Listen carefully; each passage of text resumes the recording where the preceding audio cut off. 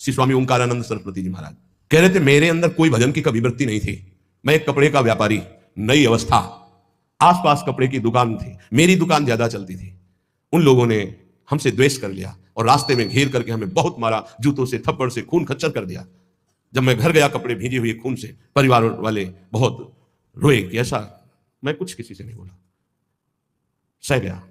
पर उन लोगों में एक था बहुत ही दुष्ट, उसने 2-3 दिन बाद फिर अकेले मुझे मारा।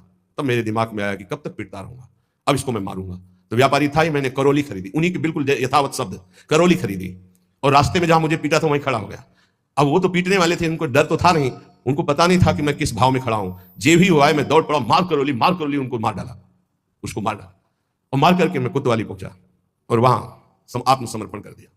बिना किसी गवाही के, मेरी ही गवाही में मुझे तन्हाई की सजा दी गई। जब तक न्याय ना होगा तब तक तन्हाई की सजा। और उसमें था कि आसपास कीलें लगी थी, बस केवल खड़े हो सकते हो, बैठ सकते हो, ना इधर ना इधर, बिल्कुल सीधा। जब वहां पहुंचा तब सोचा कि अरे, ब्राह्मण के घर जन्म मिला और ये जीवन ऐसे कटेगा, ये तो भारी पाप हो गया हमसे। बस हाथ उठाया उसी तन्हाई में और कहा, एक बार मुझे अवसर दिया जाए, हे परमात्मा, हे परमेश्वर, मैं आजीवन आपका भजन करूंगा।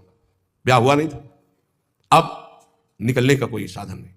कुछ दिन तन्हाई के बाद जब बाहर उनको बैठाला गया तो उन्होंने संकल्प किया, ना पानी पीऊंगा, ना भोजन पीऊंगा, प्राण त्याग दूंगा। अगर जीवित रहा और मुझे मुक्त अवस्था मिल गई तो मैं आजीवन संन्यास लेकर भगवान का भजन करूंगा। ऑफिसर आते, डंडे से मारते, थप्पड़ मारते, लातों से मारते, पर ना मैं बोलता, ना मैं पानी पीता, ना भोजन करता। दृढ़ संकल्प। अब ये चर्चा का विषय बन गया तो बोले बड़े अधिकारी कोई थे, वो आए और कहा हम एकांत में इससे बात करेंगे। तो हमसे कहा कि बोलो क्या बात है, क्या तुम निर्दोष हो, तुम्हें फंसाया गया है, तुम स्पष्ट बता दो, मैं तुम्हें वचन देता हूं कि मैं तुम्हारा सहयोग करूंगा। मुझे लगा कि भगवान मेरा सहयोग करने आए। मैंने आंख उठाई और कहा, श्रीमान, आप जो भी, मुझे पता नहीं, पर मैं आपसे प्रार्थना करता हूं कि अगर मुझे छूट दे दी जाए तो मैं आजीवन संन्यास लेकर भजन करना। बोले पक्का? बोले हाँ। बोले आपकी रिपोर्ट में तो आपने ही कहा मैंने कत्ल किया है, अब आपको एक सत्य के लिए झूठ बोलना पड़ेगा, मैं आपको बचा लूंगा। आपको बोलना पड़ेगा दबाव में मुझसे कहलाया गया, मैंने कुछ नहीं किया। बोले बोल दूंगा।